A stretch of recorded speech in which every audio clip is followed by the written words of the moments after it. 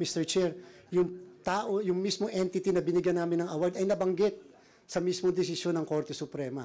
At sinabi nga po niya na tuloy-tuloy na lang yung ginawa ng COMELEC na pagbibigay ng award. At yun naman po yung naka-motion for reconsideration. At ilang buwan makalipas po ng desisyon ng Korte Suprema, bigla po nagkaroon ng kaso sa Amerika na nagsasabing more or less po, Mr. Chair, tama ang naging kilos ng Commissioner Elections sapagkat nangangahulugan po, may pinagbasihan pala yung aming naging disqualification. Bagamat again, mali pa rin naman po, inaamin naman natin na mali pa rin ang pagkakabanggit, kaya lang po, prospective ang application, sabi po ng ating Korte Suprema. Yun nga po, ulitin ko, wala naman po dun sa pagkakasabi ng Korte Suprema na hindi nyo kayang ituwid yung mali sapagkat napagsabihan po tayo na tayo nagkamali.